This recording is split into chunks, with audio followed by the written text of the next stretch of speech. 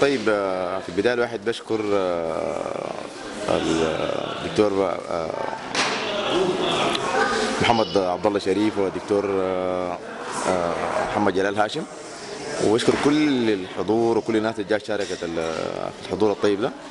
وزي ما قلنا قبل، دي قناة الناس انتظروها يعني ما يقارب ال 30 سنة، وكان في معلومات كثيرة جدا بتحتاج انه الناس يعرفوها، والناس يعني المسائل دي الدكتورين يعني وضحوها بشكل واضح جدا جدا، وانه فعلا القناة دي هي من الشعب واليه، وبتعتمد بشكل اساسي على المواطن السوداني.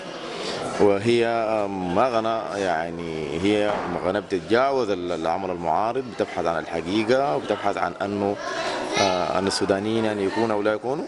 عشان السودانيين يكونوا ولا يكونوا لازم أنه المسائل دي يعني الناس دي تدعم القناة دي بشكل معنوي وشكل مادي.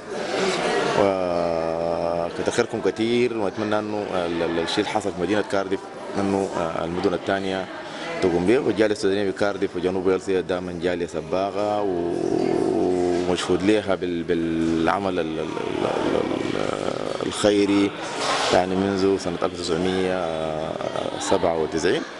وكتر خيركم كثير، ونتمنى انه الناس يعني تشيد من اجر القناة، لأن القناة محتاجة لكل الناس. وشكرا جزيلا يعني.